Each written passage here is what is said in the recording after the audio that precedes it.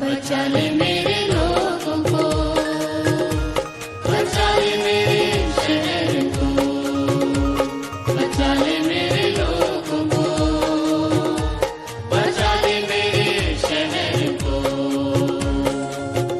यीशु तेरी दया से, यीशु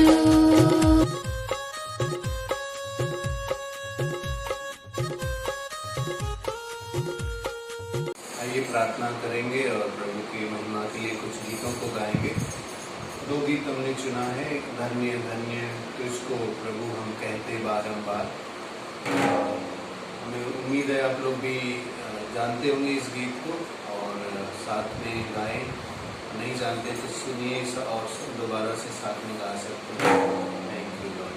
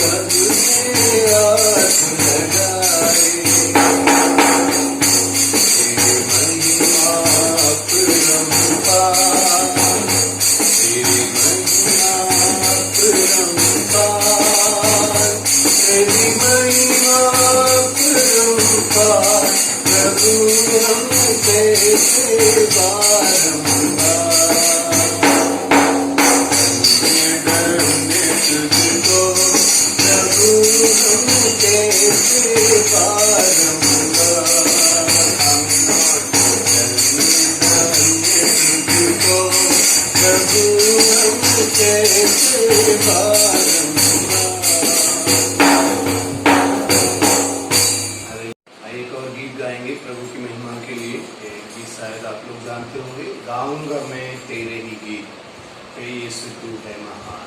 thank you Jesus. गाऊंगा मैं तेरे ही गीत, हे यीशु तू है महान। गाऊंगा मैं तेरे ही गीत, हे यीशु तू है महान। तेरा ही नाम मेरे मसीह लेता हूँ सुबह तेरा ही नाम मेरे मसीह लेता हूँ सुबह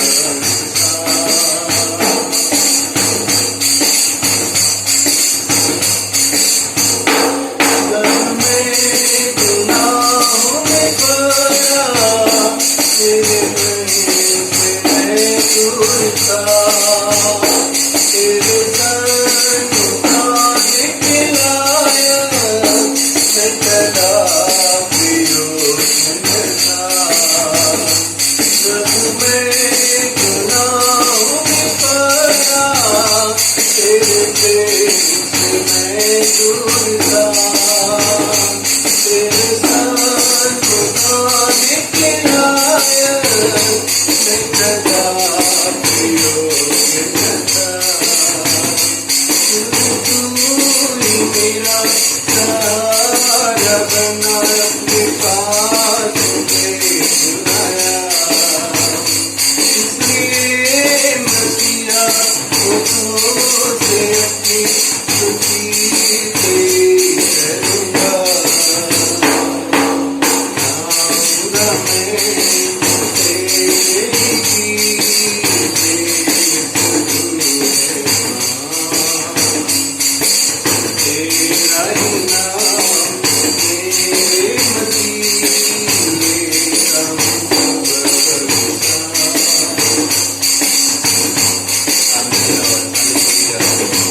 Thank you, Father. Glory to God.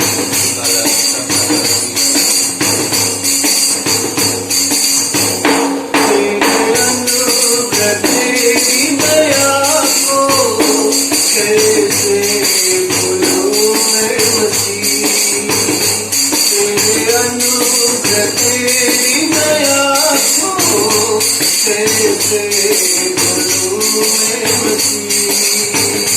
तेरे साथ तूने अता कर शुद्ध प्राप्त करना मुझे। तूने दूर भराओ कहा तेरे पाप धुल गया।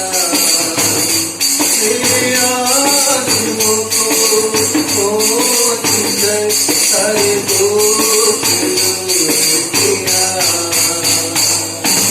गाऊँगा मैं तेरे ही गीत, हे यीशु तू है महान।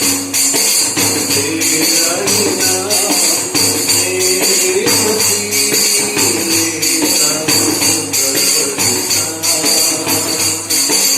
गाऊँगा मैं तेरे ही गीत, हे यीशु तू है महान। तेरा ही नाम मेरे मसीह लेता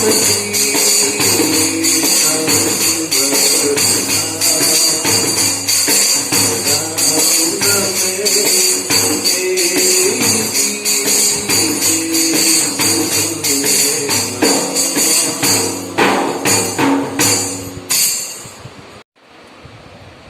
एक बार फिर से जय मसीह। प्रभु को धन्यवाद हो, आप लोग के बीच में आराधना करने का मौका मिला है यूट्यूब के जरिए।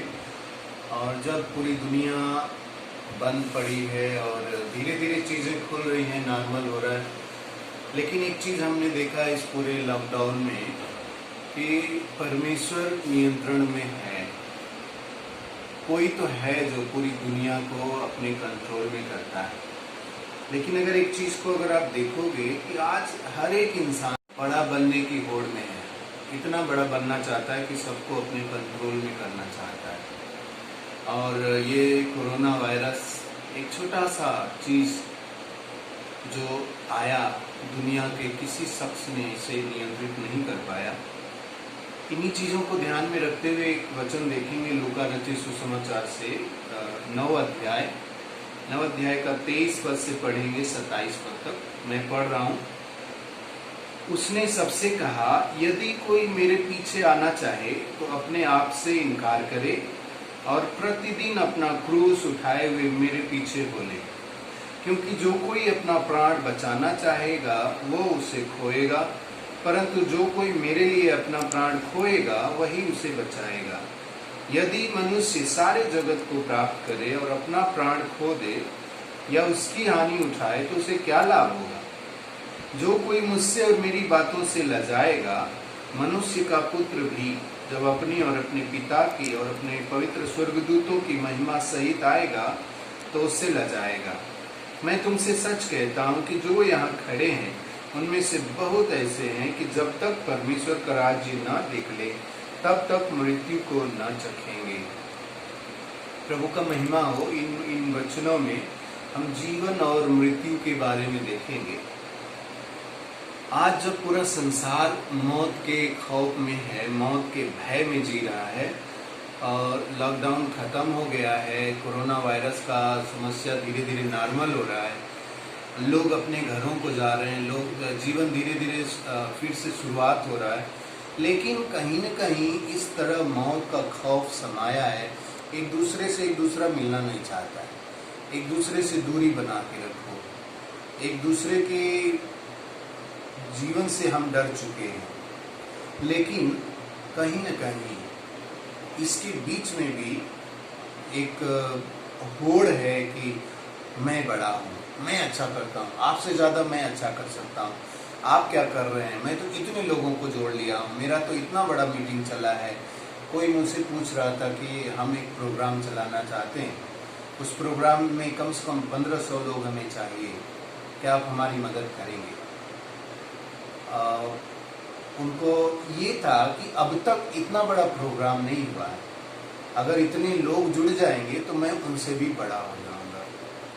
और सिर्फ बड़ा बनने की बात नहीं है, इंसान कभी कभी बड़ा बनने के पीछे इतना ज़्यादा बड़ा बनने लगता है कि वो ये भूल जाता है कि वो इंसान ही है, परमेश्वर का दर्जा लेने लगता है, वो सबको अपने नियंत्रण में करना चाहता है। लेकिन यहाँ पर देखेंगे कि यीशु मसीह ने अपने चेलों से कहा है, एक बड़ी बात बोली है कि यदि कोई मेरे पीछे आना चाहे, कोई जो भी हो, चाहे इसमें कोई बड़ा आदमी या छोटा आदमी की बात नहीं, छोटा पास्टर बड़ा पास्टर की बात नहीं है, घरेलू कलीसिया, घरों में मिलने वाली कलीसिया या 5 स्टार होटल में मिलने वाली कलीसिया, उसकी बात नहीं है।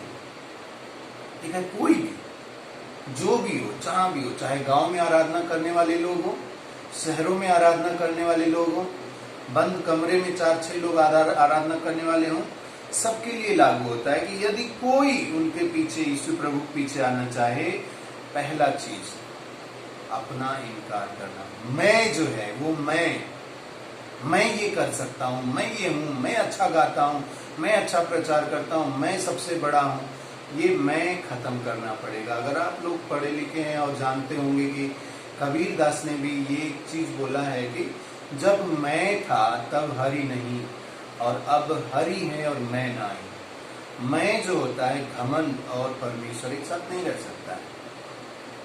घमंड दुनिया में एक ही है जो कर सकता है, क्योंकि उसकी तुलना में कोई है ही नहीं, वो है सिर्फ और सिर्फ हमारा प्रभु।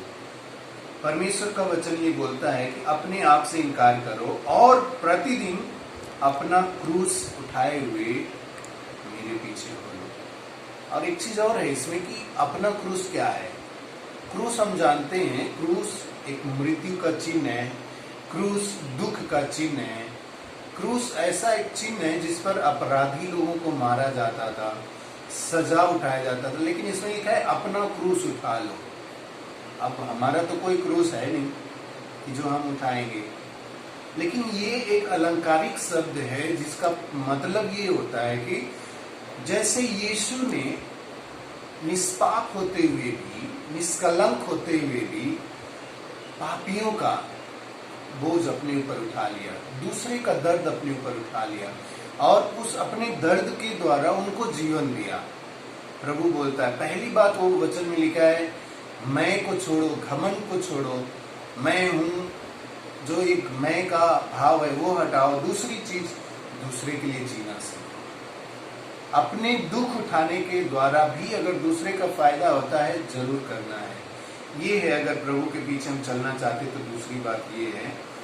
आगे हम देखेंगे कि लिखा है, जो कोई अपना प्राण बचाना चाहेगा वो उसे खोएगा, परंतु जो कोई मेरे लिए अपना प्राण खोएगा वही उसे बचाएगा।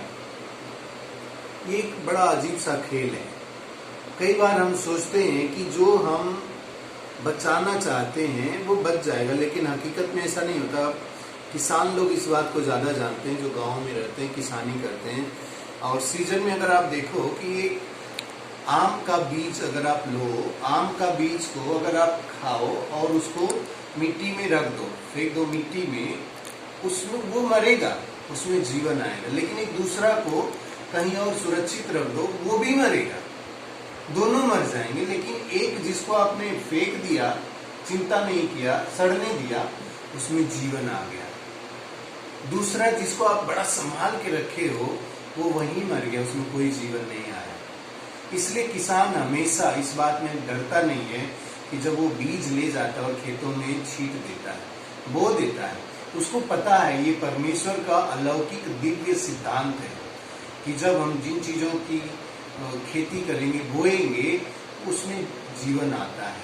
परमेश्वर बोलता है, अगर तुम जीवन पाना चाहते हो तो अपने इस जीवन को मेरे लिए बो, मेरे लिए त्याग करो, मेरे लिए दुख उठाओ, मौत से डर के घर में ना छिप जाओ। मौत तो आनी है, जैसे भी करके आनी है, लेकिन एक मौत वो होगी जिसमें जीवन आएगा, अनंत जीवन आएगा।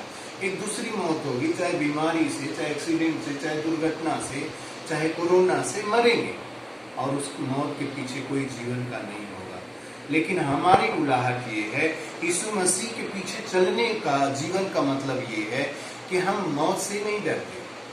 मेरे मरने के द्वारा भी अगर लोग जीवन पाते हैं, आप लोग को खुशी होगा जान के कि इस कोरोना वायरस के दौरान बहुतेरे प्रभु के दास, बहुतेरे लोग मास्क लगा के, सैनिटाइजर लेके, लेकिन फिर भी लोगों को खाना देने के लिए, लोगों को तकलीफ से बचाने के लिए उन्होंने दौड़े हैं। मौत के बीच में उन्होंने जीवन को दे दिया है।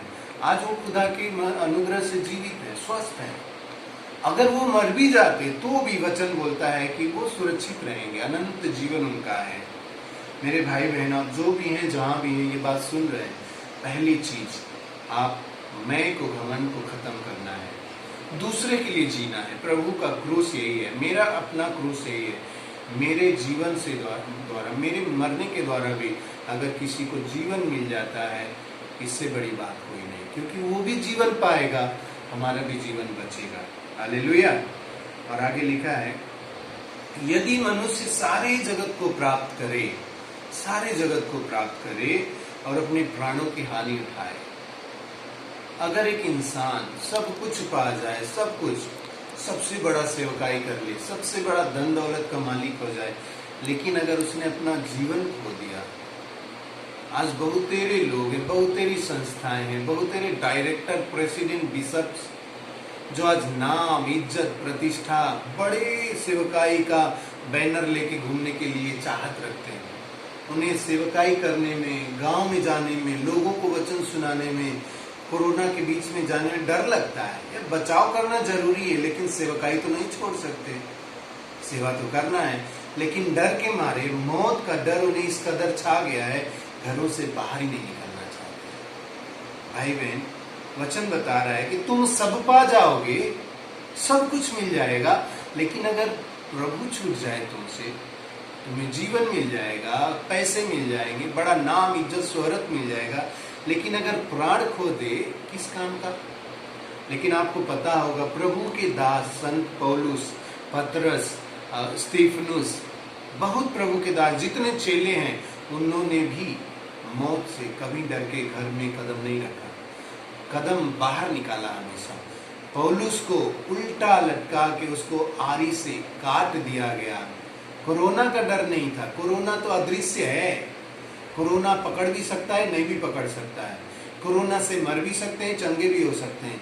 लेकिन अगर आप जानोगे तो आपको हैरानी होगी, प्रभु का दास जिसे दोनों पैरों को पकड़ के बीच से आरा से काट दिया, पतरस को उल्टा क्रूस पे लटका दिया, यूहन्ना को जलती हुई खौलती हुई कढ़ाई में डाल दिया। उन्हें मौत सामने दिखती है, लेकिन उन्होंने मौत को देख के कदम पीछे नहीं रखा। यस, मेरा प्रभु है। मैं अगर मेरे प्रभु की महिमा के लिए जान भी देना पड़ेगा, हम पीछे नहीं हटेंगे। भाई बहन, आज उन्हीं के त्याग का परिणाम है कि हम और आप इधर बैठे। मैं आपको बताऊं, आप जो भी हो, जहां भी हो, प्रभु के गवाह बने, प्रभु की महिमा के लिए जिए।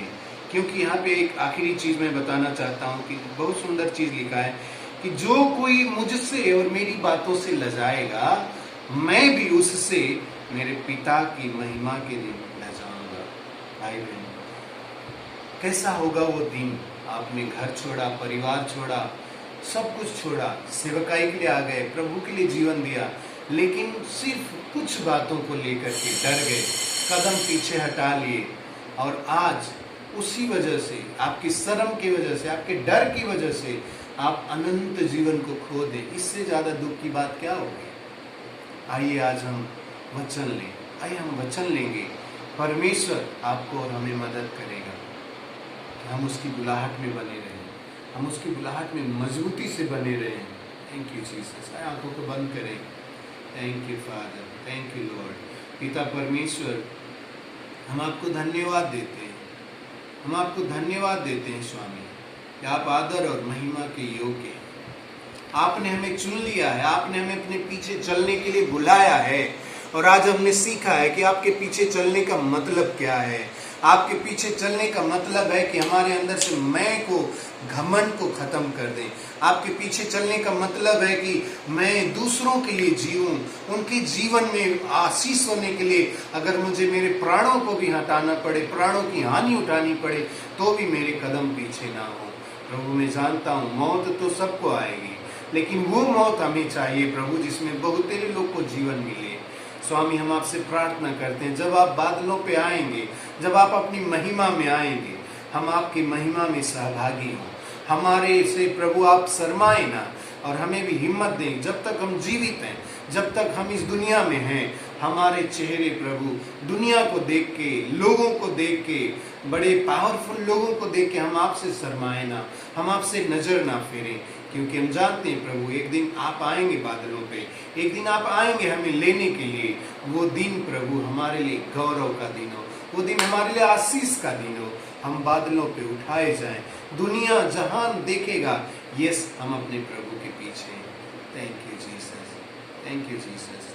प्रभु, हम आपको धन्यवाद देते हैं सेवकाई के लिए, धन्यवाद देते हैं आपके अनुग्रह और दया के लिए। प्रभु, जो लोग सुन रहे हैं, जो लोग प्रोग्राम को देख रहे हैं, उन सबको आशीषित करें, हमें भी आशीषित करें। अपने लिए, सिर्फ अपने लिए जीने के लिए सिखाएं। सारे आदर, इज्जत, महिमा आपको देते हैं, यीशु प्रभु के नाम से, आमीन। कि प्रार्थना में जाएंगे, अंतिम प्रार्थना करेंगे, आशीष का प्रार्थना में जाएंगे। आंखों को बंद करें। अभी हमारे पिता परमेश्वर का प्रेम, प्रभु यीशु मसीह का अनुग्रह, पवित्र आत्मा की संगति, सहभागिता हम सब के साथ, प्रभु के सारी मंडली के साथ, उसके दोबारा आगमन तक बनी रहे। आमीन।